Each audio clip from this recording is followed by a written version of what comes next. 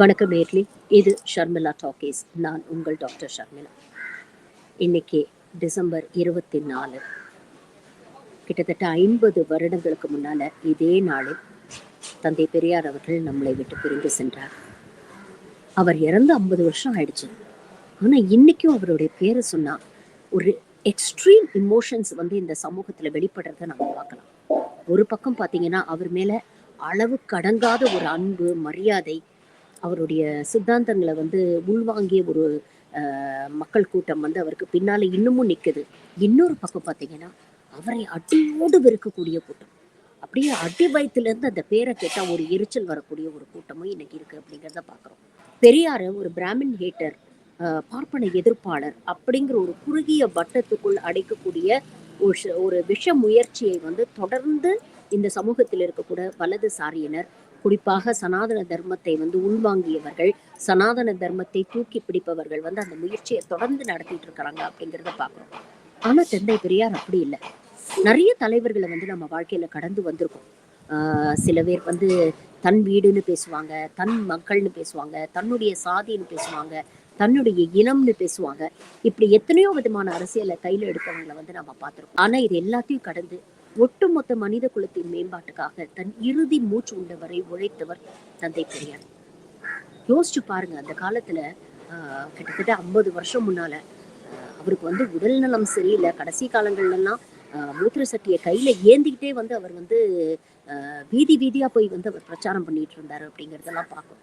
அவருக்கு நினைச்சிருந்தாருன்னா அவர் வீட்டிலேயே இருந்திருக்கலாம். சரி, நமக்கு உடம்பு சரியில்லை, நம்ம போய் நம்மளை ஏன் வருத்திப்பானே, நம்மளை ஏன் நம்ம கஷ்டப்படுத்திப்பானே, எல்லாம் பார்த்துக்கலாம், இந்த சமூகம் என்ன நம்ம இல்லைன்னா எங்கம்லாம் போயிட போகுது, எல்லாம் நடக்கிறபடி நடக்கும் அப்படின்னு நினைக்கல.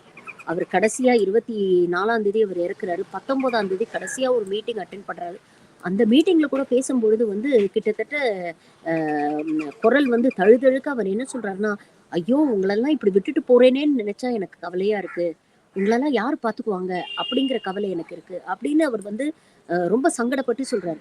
அந்த அளவுக்கு சமூகத்தின் மீது ஒரு தீராத அக்கறை, தீராத பாசம். இந்த சமூகத்தில் இருக்கக்கூடிய மக்கள் எல்லோரும் ஒன்றாக இருக்கணும், எல்லாரும் ஒத்துமையா இருக்கணும், ஏற்றத்தாழ்வுகள் இல்லாத ஒரு ஆரோக்கியமான ஒரு சமூகமா நம்ம வாழணும் அப்படிங்கறத தான் அவர் தொடர்ந்து தன்னுடைய வாழ்நாள் பூரா எல்லாருக்கும் சொல்லிட்டு இருந்தாரு.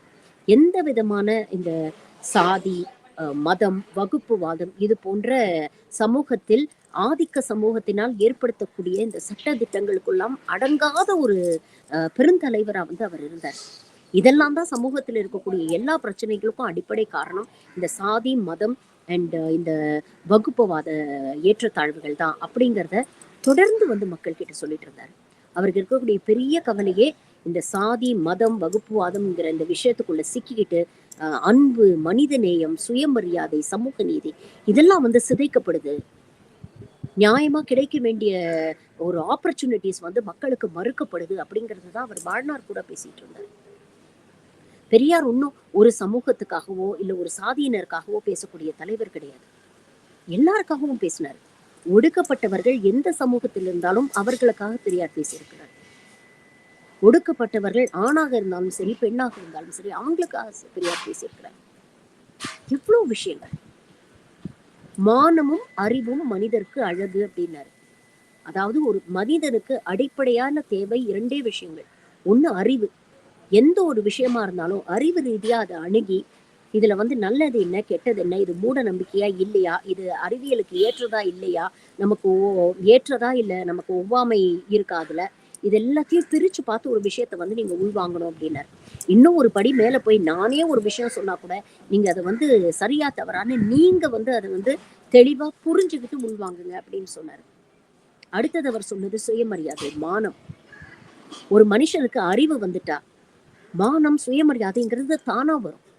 ஒரு விஷயத்த இமோஷனலா அணுகாம ரொம்ப சயின்டிபிக்கா பிராக்டிக்கலா என்னைக்கு நம்ம அப்ரோச் பண்றோமோ அன்னைக்கே நம்மளுடைய சுயமரியாதை, நம்மளுடைய தன்மானம், நம்மளுடைய செல்ஃப் ரெஸ்பெக்ட் அப்படிங்கிறத நம்ம பாதுகாக்க ஆரம்பிப்போம். அதனாலதான் மானமும் அறிவும் மனிதருக்கு அழகு அப்படின்னு சொன்னாரு. அப்ப அந்த அறிவு இங்கேருந்து வரும். கல்வி.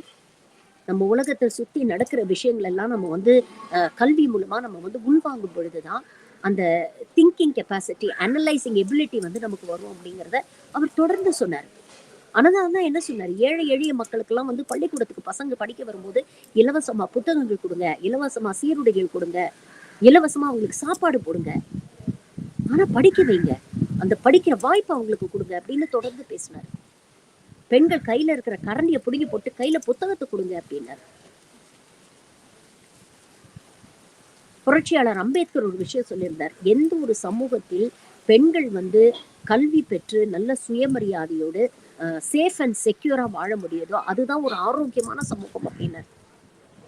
பெரியார் வந்து தானே சொன்னாரு, பெண்கள்லாம் படிக்கணும், தன்னம்பிக்கையோட இருக்கணும், தன் சொந்த காலில் நிக்கிறதுக்கான தைரியமும் தெம்பும் துணிச்சலும் அந்த பெண்களுக்கு வரணும். எந்த ஆணுக்கும் அடிமையாக எந்த ஒரு சமூகத்திலையும் ஒரு மதம் இல்ல ஒரு சாதியோ அந்த கோட்பாடுகளை சொல்லி இவங்களை அடிமைப்படுத்துறதுல வந்து அவருக்கு உடன்பாடே இல்லை. பெண்கள் படிக்கணும்னு சொன்னாரு, பெண்களுடைய மறுமணம் பத்தி பேசினாரு. விருப்பப்பட்டவங்களை அவங்க வந்து திருமணம் பண்ணிக்கலாம், அவங்களுக்கு அந்த எல்லா உரிமையும் இருக்கு, அவங்களுடைய வாழ்க்கை துணையை தேர்ந்தெடுக்கக்கூடிய உரிமை அந்த பெண்ணுக்கு மட்டுமே உள்ளது. இந்த சமூகத்துல இருக்கக்கூடிய எல்லா பிரச்சனைகளுக்கும் காரணம், அடிப்படை காரணம்னு பாத்தீங்கன்னா சுத்தி சாதி மதம் வகுப்புவாதம் இது 3க்குள்ள அடங்கி போயிடுது. அப்ப இந்த 3 எதுக்கு? அது வேண்டாம், அதை தூக்கி போட்டுட்டு வா, மனுஷனா வாழ பழகு, மனிதம் தான் எல்லாத்தையும் விட சிறந்தது அப்படிங்கிற பாடத்தை சொல்லி கொடுத்தாரு. அதனாலதான் தமிழ்நாடு மக்கள் ரொம்ப தெளிவா இருக்காங்க. ஒரு பக்கம் கோவிலுக்கு போயிட்டு வந்தாலும் இன்னொரு பக்கம் திராவிட கொள்கைகளை முன்னிறுத்தக்கூடிய கட்சிகளுக்கு ஓட்டு போட்டு ஜெயிக்க வைக்கிறாங்க. ஏன்னா அவங்க பெரியார தெளிவா உள்வாங்கி இருக்கிறாங்க. பெரியார் வந்து கடவுள் மறுப்பு பேசினாரு. எங்க கடவுள் மறுப்பு பேசினாரு? அந்த கடவுள் அப்படிங்கிற ஒரு சித்தாந்தத்தை வைத்து, கடவுள் அப்படிங்கிற ஒரு விஷயத்தை வச்சு உங்களுக்கு பயம் காட்டி உங்களுக்குள்ள மூட நம்பிக்கைகளை விதைக்கிறார்கள். இது மூலமாக சமூகத்தில் ஏற்றத்தாழ்வு ஏற்படுத்துகிறார்களா, அந்த கடவுள் தான் அதுக்கு காரணம், அப்படிப்பட்ட கடவுள் எனக்கு தேவையில்லைன்னு சொன்னாரு. அப்படி சொன்ன அதே பெரியார் தான் ஆலய நுழைவு போராட்டம்னா முன்னால வந்து நின்னார். எனக்கு கடவுள் மேல நம்பிக்கை இல்லாம இருக்கலாம், ஆனா அந்த ஆலயத்துக்குள் போய் உனக்கு பிடிச்ச கடவுளை நீ கும்பிடுறதுக்கு உனக்கு எல்லா உரிமையும் இருக்கு, அதற்கு நான் உனக்கு துணை நின்று அந்த உரிமையை உனக்கு நான் வாங்கி கொடுப்பேன் அப்படின்னு முன்னால வந்து நின்றார். அதுதான் பெரியார். பார்ப்பனரை எதிர்த்து பெரியார் பேசல. பார்ப்பனிய கொள்கைகள் மனு மூலமாகவும் இதிகாசம் புராணம் அப்படிங்கிற பேர்ல பிறப்புனாலேயே ஒரு ஏற்றத்தாழ்வு, இன்னார் இந்த சமூகத்தை சேர்ந்தவங்க இந்த வேலையை தான் செய்யணும், இவன் இங்க வரக்கூடாது, அவன் அங்க போகக்கூடாது, அவன் படிக்கக்கூடாது, இவன் தான் படிக்கணும், அவன் படிச்சு அவன் காதுல ஏத்த காட்சி ஒத்து, இது போன்ற பிற்போக்குத்தனமான விஷயங்கள் இன்னைக்கும் சமூகத்துல இருக்கு. அதையெல்லாம் வந்து களை எடுக்கணும் அப்படின்னா இதை வந்து இந்த கடவுள் மறுப்பு கொள்கையை அவர் கையில எடுக்க வேண்டிய ஒரு தேவை அந்த காலகட்டத்துல இருந்தது. இந்த ஒரு 50வது ஒரு நினைவு தினத்துல என்னுடைய ஒரு சின்ன கோரிக்கை, பெரியாருடைய கருத்துக்கள் மீது உங்களுக்கு ஆழமான நம்பிக்கை இருந்ததுன்னா, ஒரு நல்ல ஆரோக்கியமான ஒரு சமூகமா, எந்த ஏற்றத்தாழ்வும் இல்லாத ஒரு மனித நேயமிக்க ஒரு சுயமரியாதை சமூகமாக, ஒரு சமூக நீதி சமூகமாக நாம வாழணும் அப்படின்னு நீங்க விருப்பப்பட்டீங்கன்னா பெருசா ஒண்ணும் செய்ய வேண்டாம். பெண் ஏன் அடிமையானால்னு ஒரே புத்தகம், சின்ன புத்தகம், வெறும் 50 பக்கம் தான் இருக்கும் அந்த புத்தகம். பெரிய விலை கூட இருக்காது, 100 ரூபாய்க்குள்ளதான் இருக்கும் அந்த புத்தகம். உங்க வீட்டில் இருக்கக்கூடிய பிள்ளைகள், ஆண் பிள்ளைகளா இருந்தாலும் சரி, பெண் பிள்ளைகளா இருந்தாலும் சரி, அந்த புத்தகத்தை வாங்கி கொடுத்து அவங்களை படிக்க சொல்லுங்க. அது அவங்க வாழ்க்கையே மாத்தும். இதுதான் பெரியாருக்கு நாம செய்யக்கூடிய ஒரு பெரிய ஒரு நன்றி கடனா. அவர் செஞ்ச விஷயங்களுக்கு வந்து நம்ம எது செஞ்சாலும் அதுக்கு ஈடாகாது, ஆனா இது ஒரு சீரிய முயற்சியாக இருக்கும் அப்படிங்கிறது தான் என்னுடைய வேண்டுகோள்.